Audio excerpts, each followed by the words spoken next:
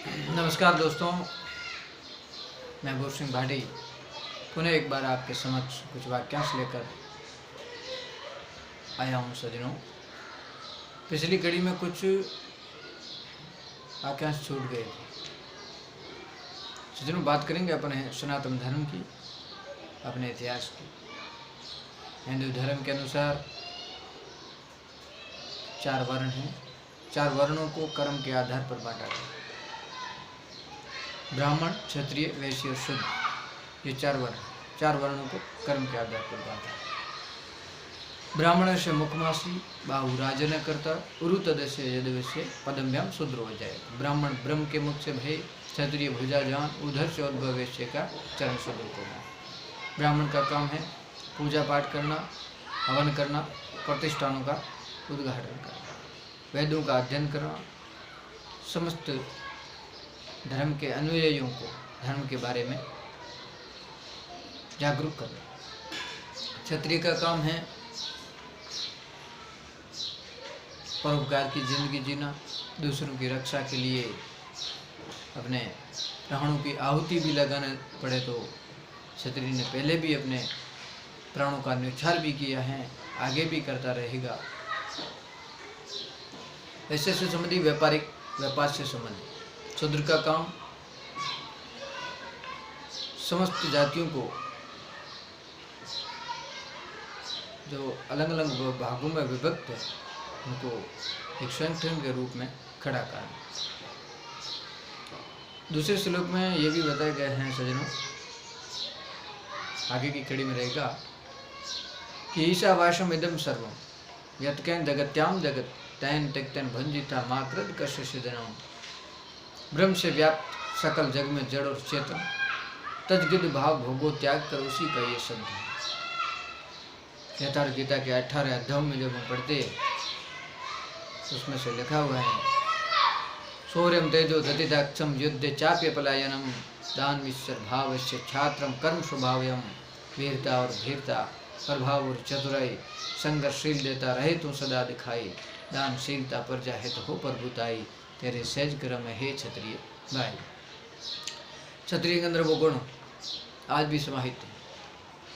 वीरता, धीरता, प्रभाव, चतुराई, संघर्षशील, ईमानदारी, समझदारी, वफादारी, आज भी उनमें, उनके डीएनए में आज भी वो गुण आज भी जिंदा है। सज्जनों, आगे की कड़ी में रहेगा कि भूतानाम प्राणी नाम श्रेष्ठ है। प्राणी नाम बुद्धि जीवा, बुद्धि मत्सु नरा श्रेष्ठा, नरेश क्षत्रिय स्मृता। सब जगत में प्राणी श्रेष्ठ हैं, प्राणियों में बड़े बुद्धिमान, बुद्धिजीवियों में मानव बड़ा, मानव में क्षत्रिय महान है। क्षत्रिय एक ऐसी सर्वश्रेष्ठ जाति है सज्जनों, इसमें मर्यादा पुरुषोत्तम भगवान श्री राम ने आकर इस कुल में जन्म लिया। भगवान श्री कृष्ण ने आकर इस कुल में जन्म लिया। ये क्षत्रिय एक ऐसी जाति है जो विष का नाश कर अमृत की रक्षा के लिए हमेशा खड़ी रही। आगे की कड़ी में अपने इतिहास के ऊपर चलते हैं सज्जनों। इतिहास के पन्ने आज भी पुकार कर ये आगाह करते हैं कि तारीख ने देखी है ऐसी कुछ घड़ियाँ, लम्बों ने खता की थी वो सदियों ने सजा पाई। जाने अनजाने में अगर हमारे पूर्वजों से भी कुछ भूल चूक भी हो गई है तो वो उस भूल चूक को सज्जनों आने वाली पीढ़ी ने चुकाई। मैं जो कड़िया में इतिहास के बारे में कहूँगा, माल्हाणी के वीर और सपूत युग पुरुष महापुरुष पूज्य श्री तन सिंह के द्वारा लिखित ये कुछ कड़ी आपके समक्ष पेश करूँगा कि कहो चुकाई कीमत किसने उज्ज्वल इस इतिहास की, सुनो कहानी थर थर कर दिए धरती और आसमान की। जब इतिहास के पन्नों को हम पलट कर देखते हैं, इतिहास की कहानी को जब हम शुरू करते हैं सज्जनों, तो ये धरती और आसमान भी थरथराने लग जाते हैं, कांपने लग जाते हैं। वो शूरवीर युद्ध भूमि में जब दुश्मन को ललकारते थे, खुला चैलेंज, खुली ललकार होती थी सज्जनों, दुश्मन के छक्के छूट जाते थे, दुश्मन को धूल चटा देती थी। देखो इस चित्तौड़ दुर्ग को, हर पत्थर गौरव वाला है, जहाँ चढ़ाई कुल देवी पर सत्सक मंडों की माला है। महलों में जोर धधका था, राजपूत परवाना था, हर हर महादेव के नारों से अवनी और अंबर भी गूंजा था। सजनों, अवनी और अंबर भी गूंजा था। चित्तौड़ के महलों में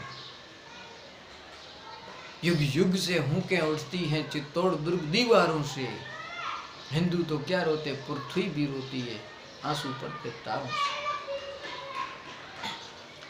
चित्तौड़ के दुर्ग की हम जब बात करते हैं सजनों, पूज्य श्री तन सिंह जी ने बताया, आज भी युग युग से उस चित्तौड़ दुर्ग से आज भी हुकें उठती हैं चित्तौड़ दुर्ग दीवारों से।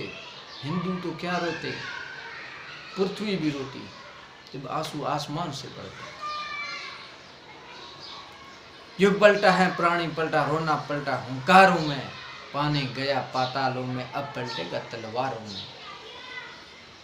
समय पलट चुका है, समय की परिस्थितियां बदल चुकी हैं, आधुनिक युग है। आधुनिक युग के अंदर, आधुनिक युग के चकाचौंध से वीर कायर हो चुके हैं सजनों।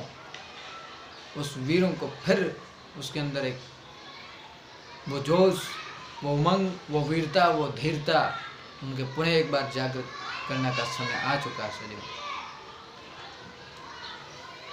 कभी वीरता के सागर में गुजवार उफनता आता था, धरती नभ को छान डालते थे, शत्रु जब में मिलता था, आपस में माथों का सौदा कई बंकुरा करता था। ऊंटाला विस्मय से कहता, कैसा अजब जमाना था सजनों, कैसा अजब जमाना था। उनके अंदर वीरता के सागर थे, छोटा मोटा तालाब नहीं, वो वीरता के सागर थे। वो वीरता के सागर में जब ज्वार उफनता था सजनों, तो धरती को, आसमान को कांपना यह तो स्वाभाविक है सजनों। कभी वीरता के सागर में ज्वार उफनता आता था, धरती नभ को छान डालते थे, शत्रु जब ने मिलता था, आपस में माथों का सौदा कई बंकुरा करता था। ऊंटाला विस्मय से कहता, कैसा अजब जमाना था, कैसा अजब जमाना था। वह सूरवीर जब रणभूमि में उतर जाते थे, दुश्मन को खुली ललकार, खुला चैलेंज, खुली धमकी देकर, केसरिया बांधकर, हाथों में तलवार लेकर, घोड़े पर सवार होकर, जब युद्ध की रणभेरियां बजती थी, हर हर महादेव के नारे लगते थे सजनों, और आपस में घमासान युद्ध होता था। सिर कट जाने के बाद भी धड़ लड़ता था। बार कशोड़ा घुड़ला हिंसे, ढोल तरमाड़ा त्रिया चीसे, रीठक मच गयो रे, बिकरे जीवड़ा बिक फिर के बटसी दाऊं, उठो मन जाग्या सरसी का। पूज्य श्री तन सिंह जी ने बताया, वो सूरवीर के अंदर वो गुण, वो चरित्र आज भी उनके डीएनए में जिंदा है सजनों।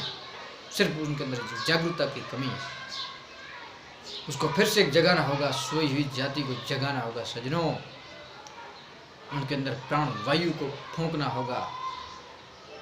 सोए हुए शेरों को फिर जगाने की आवश्यकता है।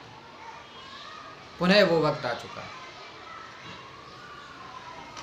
यही सीकरी, यही पानीपत, यही वही हल्दी घाटी, रणबांकुरों के सोनी से तृप्त हुई जिसकी माटी। हाल बता बुंदेलधरा तेरे उन वीर सपूतों का, जो केसरिया कर निकल पड़े थे मान बचाने माता का। भूल गए तो याद करो उस पृथ्वीराज महान की, सुनो कहानी थर थर कर दिए धरती और आसमान की। यही सीकरी, यही पानीपत, यही वही हल्दी घाटी, रणबांकुरों के शोणित से तृप्त हुई जिसकी माटी। हाल बता बुंदेलधरा तेरे उन वीर सपूतों का, जो केसरिया कर निकल पड़े थे मान बचाने माता का। भूल गए तो याद करो उस पृथ्वीराज महान की। तराइन का युद्ध हो, चाहे पानीपत की लड़ाई हो, मोहम्मद गोरी और पृथ्वीराज चौहान के बीच का युद्ध हो, चाहे हल्दी घाटी का युद्ध हो, समस्त युद्धों में क्षत्रिय ने हमेशा अपना वीरता, वो धैर्यता और प्रभुता उन्होंने दिखाई है। वो शौर्य, वो पराक्रम दिखाया, वाकई में काबिल तारीफ है सजनों। आज के इस आधुनिक युग में चाकर थे, नौकर थे, वो आज धनी बन चुके हैं, क्योंकि समय की परिस्थितियां बदली, समय ने करवट बदली। जो नौकरी करते थे, चाकरी करते थे, वो आज इस महान संस्कृति का आज मालिक बनने की इच्छा, वाकई में वो ऐसी उनकी हरकतें ऐसी लगती है जैसे कोई ये सरसे जाते हैं। चाकर आज धनी बने,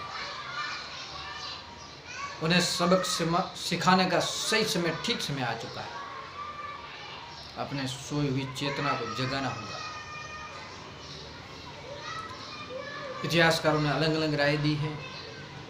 अब रणथंभौर की बात करें हैं, 1301 ईस्वी में जब अलाउद्दीन खिलजी ने रणथंभौर के ऊपर चढ़ाई करी, उस समय के महाराजा हमीरदेव जी चौहान, उन्होंने ये खुला चैलेंज भी किया था, अगर अलाउद्दीन खिलजी मेरे हाथे चढ़ गया सजनों 4 लाख घाव करूंगा। ये उन्होंने कहा था हमीरदेव जी चौहान ने, 4 लाख घाव उसके शरीर पर करूंगा अलाउद्दीन खिलजी अगर मेरे हाथ चढ़ गया। वो सूरवीर पृथ्वीराज चौहान, जिसने मोहम्मद गोरी को 16 बार हराया, छल कपट और धोखे से पृथ्वीराज जी को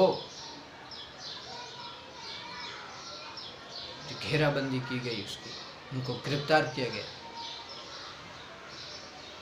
बात करें हम महाराणा प्रताप की, हिंदुआ सूरज, जिनकी बदौलत आज हिंदुस्तान, समस्त हिंदुस्तान गर्व से सीना चौड़ा हो जाता है। इस सूरवीर ने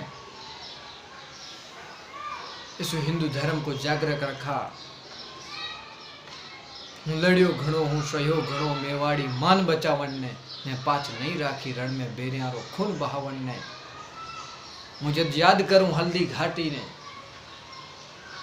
ऐसा सूरवीर जिनकी कहानी अपन सुनते तो ये धरती और आसमान तो वाकई में गुंजायमान हो जाते, हर हर के महादेव के नारे लगने शुरू हो जाते हैं। सदैव स्वाभाविक खून के अंदर उबाल आ जाता है। हरे घासरी रोटी जब वन बिलावड़ो ले भाग्यो, नन्होसो अमरियो चीख पड़ियो, राणा रो सोयो दुख जागे। राणा का सोया दुख जागृत हो। एक हरे घास की रोटी उन्होंने खाना मंजूर था, मगर गुलामी की जंजीर में जकड़े रहना उनको नापसंद था। उन्होंने पल भर भी उन्होंने ऐसे ऐलान कर दिया था सजनों कि मरते दम तक मैं अधीनता स्वीकार नहीं करूंगा। ऐसे शूरवीरों का जब हम कहानी पढ़ते हैं, आने वाली युवाओं पीढ़ी को भी ये आप बताएं, उनको भी जागरूक करें। चाहे वीर दुर्गादास राठौर की बात हो, दुर्गो आस करनो निथुट बागा जाए, अमल उतरियो औरंगजेब रो दिल्ली धड़का खाए, दिल्ली धड़का खाए। अजीत सिंह की रक्षा के लिए वीर दुर्गादास राठौर ने 18 वर्ष तक मुगलों से संघर्ष किया, मुगलों को धूल चटाई, मुगलों की नाक में नकेल डालकर उनको घसीटा, मुगलों को घुटने टेकने पड़े उस वीर दुर्गादास राठौर के सामक्ष। सजनों, कुछ पाने के लिए कुछ खोना पड़ता है। उन्होंने संघर्ष की जिंदगी जिया। 8 पेरे 64 घड़ी घुरले ऊपर वास, चैलाणी सु सेक तो बाटी दुर्गादास। 24 घड़ी 8 पेरे 64 घड़ी घुरले ऊपर वास, चैलाणी सु सेक तो बाटी दुर्गादास। भाले की नोक पर, शमशान भूमि पर घास की रोटी को सेकना, घोड़े की पीठ पर बैठकर ही खाना और अजीत सिंह को भी खिलाना। उनकी रक्षा के लिए वीर दुर्गादास राठौर ने जो दुख सहे, मुझे सूल चुभती है मेरे हार के इतिहास की। जो था देश का रखवाला, मिला उसको देश निकाला। मुझे आज भी याद आती है उस महान वीर दुर्गादास राठौर। देश का रखवाला था वाकई में। अंत में मिला उसको देश निकाला। छिप्रा झेलम, छिप्रा नदी ने उनका स्वागत किया। सजनों, ऐसे वीर सूरवीर का अब धरती माँ से ही अपन पूछते हैं, हे माँ धरती माता किसने रखी लाज तेरे सम्मान की, अलबेलू ने लिखी खड़क से गाथाएं बलिदान की। सजनों, गाथाएं बलिदान की। काबुल के तूफानों से जब मानस था थर्राया, गजनी की आंधी से जाकर भीमदेव था टकराया। काबुल अफगानिस्तान के अंदर एक तूफान आया था, भयंकर तूफान आया था, वो मुगलों का तूफान। अगर उनसे किसी ने टक्कर ली तो भीमदेव जी ने टक्कर ली। काबुल के तूफानों से जब मानस था थर्राया, गजनी था मोहम्मद गजनवी काबुल का था, उसकी आंधी को अगर किसी ने टक्कर ली तो भीमदेव ने ली। देख खानवा जहां चढ़ी थी राजपूत की त्योरियां, मत वालों की शमशीरों से निकली थी चिंगारियां निकली थी सजन, जिनके घाव लगे नवाशी फिर भी खड़ग रही थी प्यासी। मुझे आज भी याद आती है महाराणा सांगा की नवासी घाव लगने के बाद सजनों पीछे नहीं हटे। उस युद्ध भूमि के अंदर दुश्मन को ललकारा, खुला चैलेंज, खुली ललकार। यह रहा हमारा इतिहास। आज युवा पीढ़ी विचलित होती जा रही है। समस्त युवा पीढ़ी को इतिहास के पन्नों के बारे में जागृत करना होगा। सोए हुए शेरों को जगाना है कि तुम शेर हो, थे शेर के बच्चे बन बैठे भेड़ के बच्चे। शेरों पुनः शेर बनकर जिए, शेरों जैसी जिंदगी जियो। दबक कर छिप कर जिंदगी जीने से कुछ हासिल नहीं होने वाला। आज का ये लोकतांत्रिक राज, इस राज के अंदर साम दाम दंड भेद की जो राजनीति अपनाई जा रही है, लोगों को गुमराह किया जा रहा है, उसमें सतर्क करने की आवश्यकता है। पर हम हिम्मत हारने की जरूरत नहीं है सही। फिर से अपन को मजबूती के साथ खड़ा रहना होगा। तो जैसे रतन सिंह जी ने वाकई में लिखा है कि मन हार हियो मत हार, मन हार हियो मत हार, थारी पारक होशी रे, रख आंख्या में थोड़ो खार, थारी पारक होशी रे। मन हार जाता है मगर हृदय को बोलते हैं तुम हार मत, थारी जो भी इच्छा है थारे वो पूरी होशी रे, रख आंख्या में थोड़ो खार, थारी पारक होशी रे। आगे की कड़ी में रहेगा कि साथीड़ा थारा मतलब रा प्यारा पी गया इमरत रा प्याला, बिखमी मेड़ा में लाया जहर रा प्याला, ले हिवड़ा तो मनवार, थारी पारक होशी रे। मन हार हियो मत हार, थारी पारक होशी रे। सजनों, हिम्मत हारने की कोई जरूरत नहीं है। दृढ़ निश्चय के साथ खड़ा रहना होगा। पथरी परवाह मत कर, रो मत तू रहने, बूकिया में बड़वा तो चट मिटा दे चाह।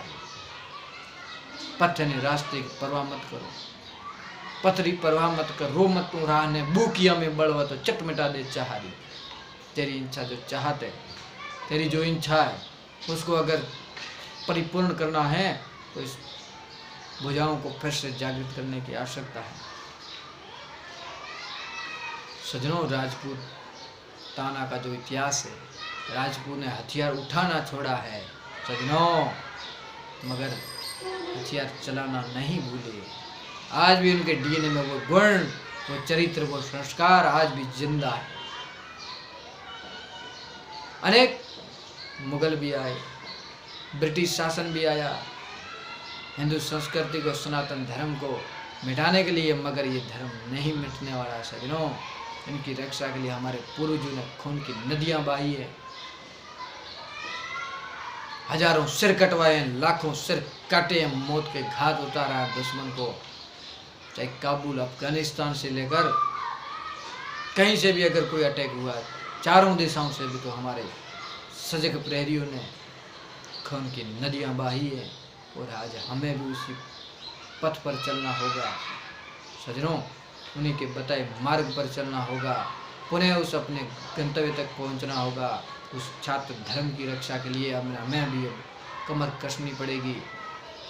खासकर मेरे युवा पीढ़ी के लिए मेरा संदेश रहेगा, आइए इतिहास के पन्नों को अपन देखते हैं। हमारे पूर्वजों के बताए द्वारा दी गई वो ज्ञान की बातें, उनके बताए गए जो रास्ते, उन्हीं रास्तों पर चलकर अपन पुनः उस छात्र धर्म की तक की रक्षा के लिए अपन को आगे आना होगा। सजनों, जय हिंद, जय भारत, जाने अनजाने में अगर कोई शब्दों की त्रुटि भी रह गई हो तो छोटा भाई समझकर सचमुच माफ़ कर देना। जय हिंद, जय भारत, जय माँ भवानी। इसी शब्दों के साथ मैं अपनी वाणी को देता हूँ विराम। बोलिए जय जय श्री राम। जय हिंद, जय भारत।